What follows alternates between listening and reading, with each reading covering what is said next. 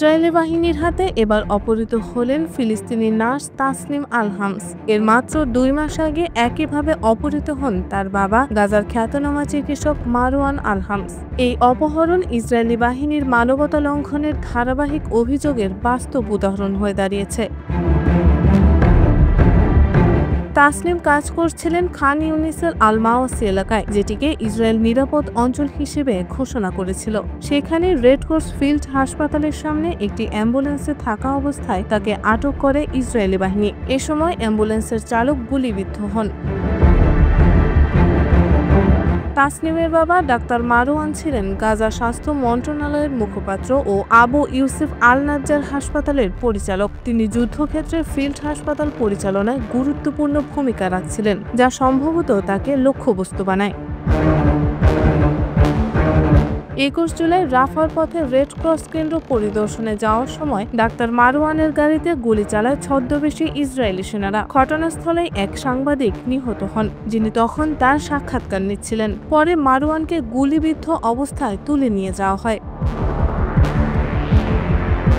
গাজা স্বাস্থ্য মন্ত্রণালয় এই ঘটনার তীব্র ক্ষোভ প্রকাশ করে জানায়, এটি ছিল একজনের মানবিক কণ্ঠকে থামিয়ে দেওয়ার পরিকল্পিত চেষ্টা, যিনি গোটা বিশ্বের কাছে গাজার নিষ্ঠুর বাস্তবতা তুলে ধরছিলেন।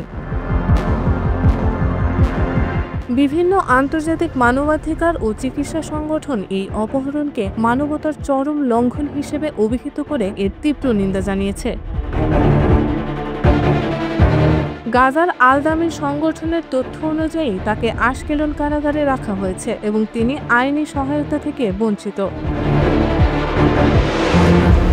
এই ঘটনাটি একটি বৃহত্তর সংকটের অংশ। যুদ্ধ শুরুর পর থেকে গাজায় অন্তত 1500 স্বাস্থ্যকর্মী নিহত হয়েছেন এবং 360 জনের বেশি আটক হয়েছেন। চিকিৎসা প্রতিষ্ঠান, অ্যাম্বুলেন্স ও চিকিৎসকদের নিয়মিতভাবে লক্ষ্যবস্তু করা হচ্ছে। কারাগারে আটক ফিলিস্তিনিরা নির্যাতন, খাদ্য সংকট, চিকিৎসা অবহেলা, যৌন সহিংসতা, লাঞ্ছনা ও একাকী বন্দিদশার মতো ভয়াবহ অভিজ্ঞতার মধ্য দিয়ে যাচ্ছেন। মানবাধিকার সংস্থাগুলো একে পদ্ধতিগত অপরাধ হিসেবে অভিহিত করেছে। বিশেষ করে চিকিৎসা কর্মীরা সবচেয়ে বেশি নির্যাতনের শিকার হচ্ছেন। Physicians for human rights Israel এক প্রতিবেদনে জানিয়েছে, বন্দী চিকিৎসকদের সঙ্গে যে আচরণ করা হচ্ছে তা আন্তর্জাতিক মানবাধিকার চুক্তির সরাসরি লঙ্ঘন।